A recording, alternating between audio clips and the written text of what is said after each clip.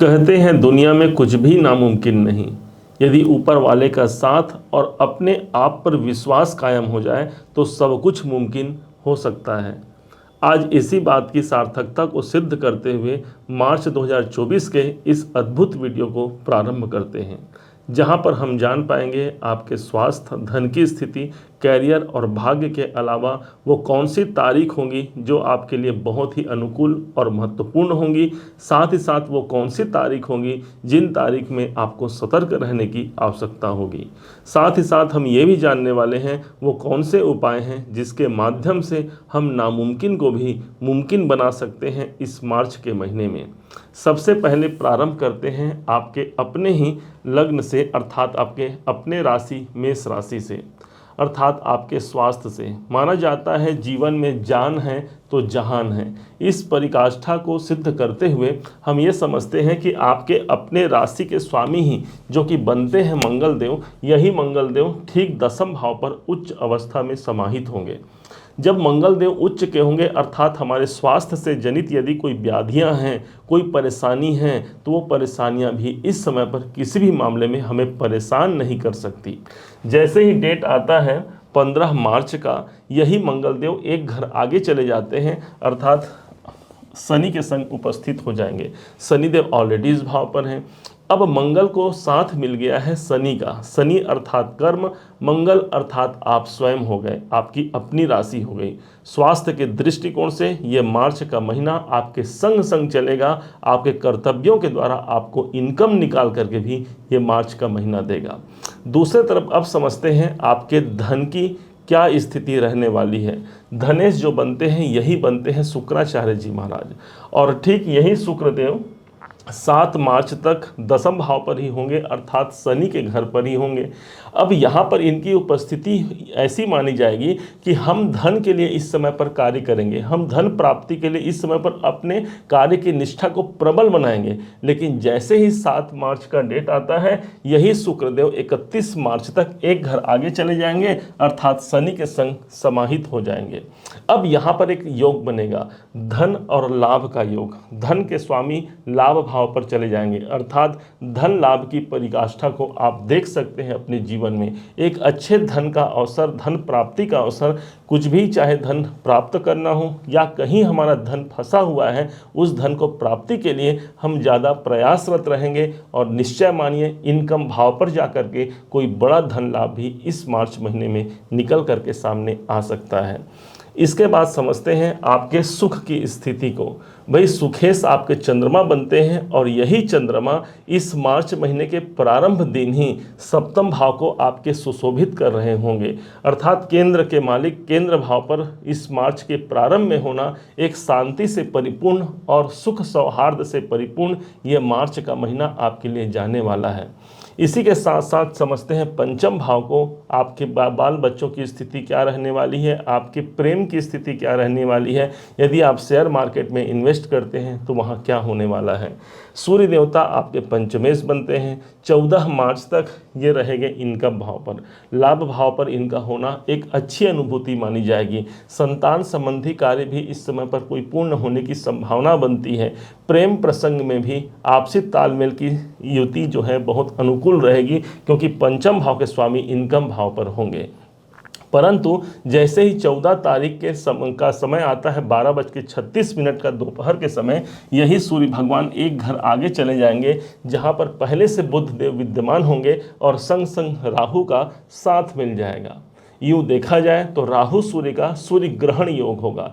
इसके प्रभाव से कुछ समय के लिए हमारा मन अशांत हो सकता है। किसी बात को लेकर के हम सोचेंगे उस कार्य की पूर्णता के लिए, और शायद वहाँ पर हमें एक अवसर, एक रास्ता निकल करके सामने आ सकता है।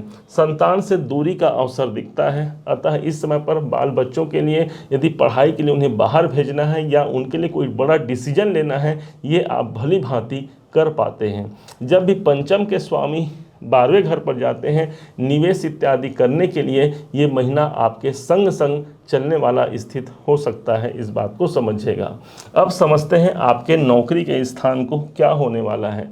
छठे भाव के अधिपति बनते हैं भगवान बुद्ध देव, और बुद्ध की स्थिति 7 मार्च से 26 मार्च तक मीन में रहेंगे। अर्थात बुद्ध छठे के स्वामी होकर के राहु और सूर्य के संग उपस्थित हो जाएंगे। सूर्यदेव 14 को चले जाएंगे।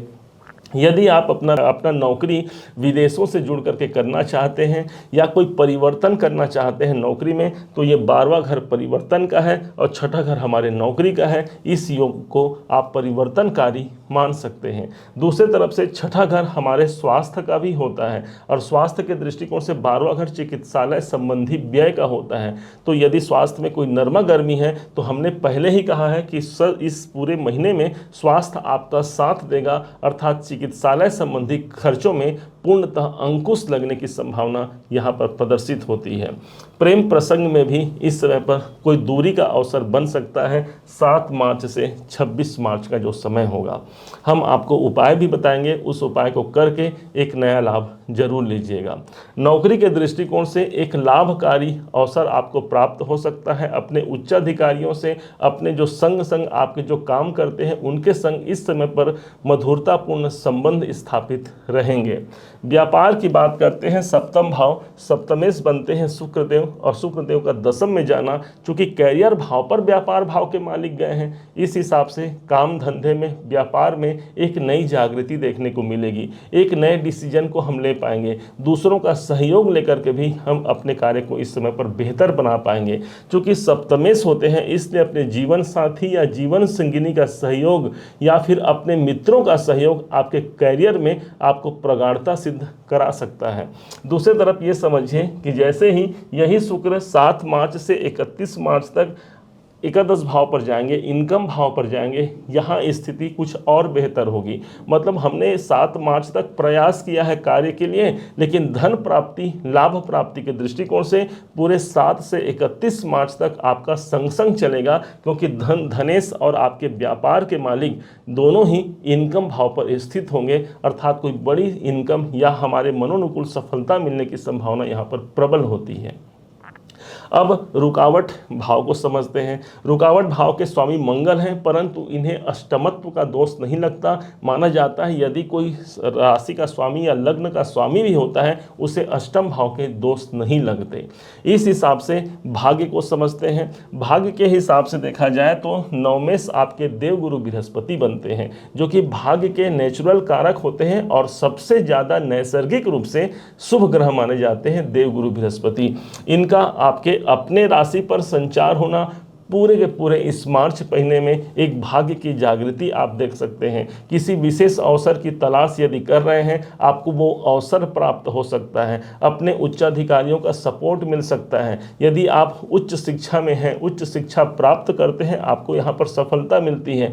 आपके कॉम्पिटिटर इस समय पर आपके अनुकूल रहेंगे, अर्थात इस समय पर आप उन पर हावी होकर के अपने भाग्य की उन्नति की सराहना कर सकते हैं।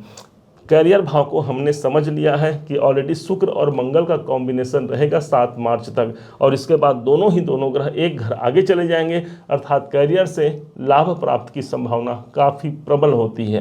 पूरे इस मार्च 2024 में दशमेश जो बनते हैं और साथ ही साथ जो इनकम भाव के अधिपति बनते हैं शनिदेव, दोनों ही ग्रह हमारे शनिदेव इनकम भाव को ही सुशोभित कर रहे होंगे। और उससे भी बड़ी बात यह हो जाएगी कि शनि देवता भी इसी समय पर उदय अवस्था में आकर के आपके इनकम, आपके कैरियर में एक नई जागृति को प्रदान करा जाएंगे। अब समझते हैं व्यय। भाई हमारे जीवन में सब कुछ है, लाभ है, हानि भी है, तो हमें व्यय कहाँ पर होगा, कहाँ हमारे व्यय खर्चे हो सकते हैं।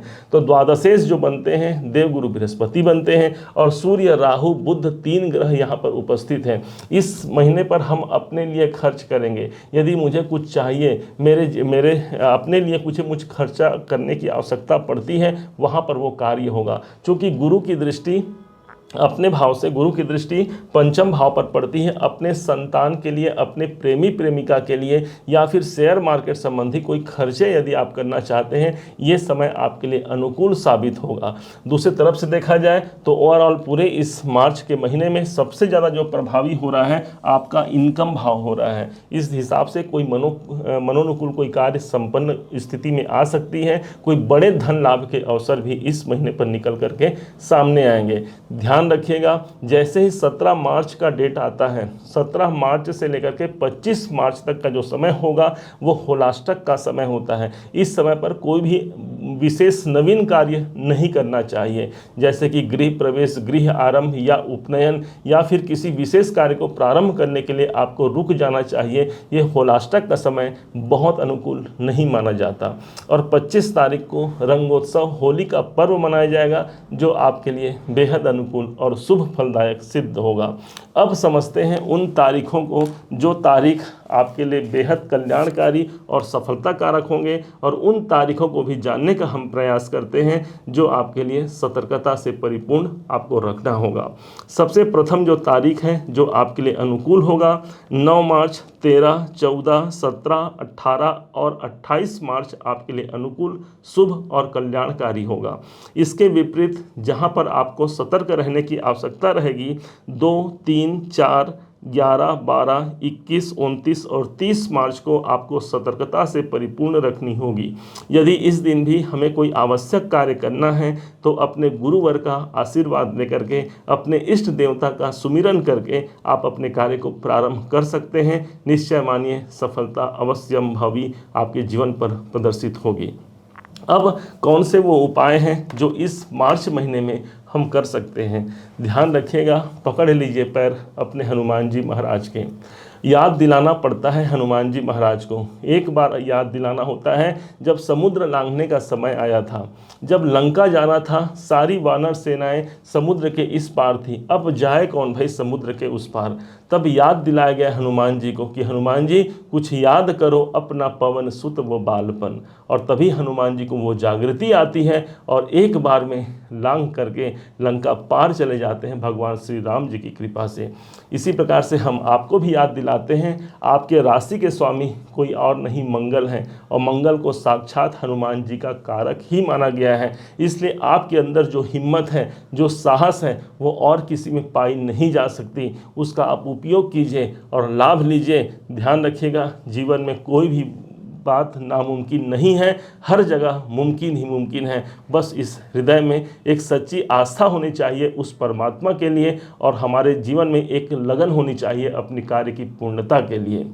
उम्मीद है आप सबने इसे समझा है, आप सबने इसे जाना है। यदि आपने इसे समझा है, जाना है, मेरे समझाने का प्रयास यदि आपको सार्थक लगा हो, मेरे समझाने का तरीका यदि आपको सार्थक लगा हो, तो हर बार की भांति इस बार भी अपना प्यार भरा लाइक और कमेंट करना कभी मत भूलिएगा। बहुत मोटिवेशन मिलता है हमें कि हमने अच्छा कार्य किया है और मेष राशि ने हमें सराहा है।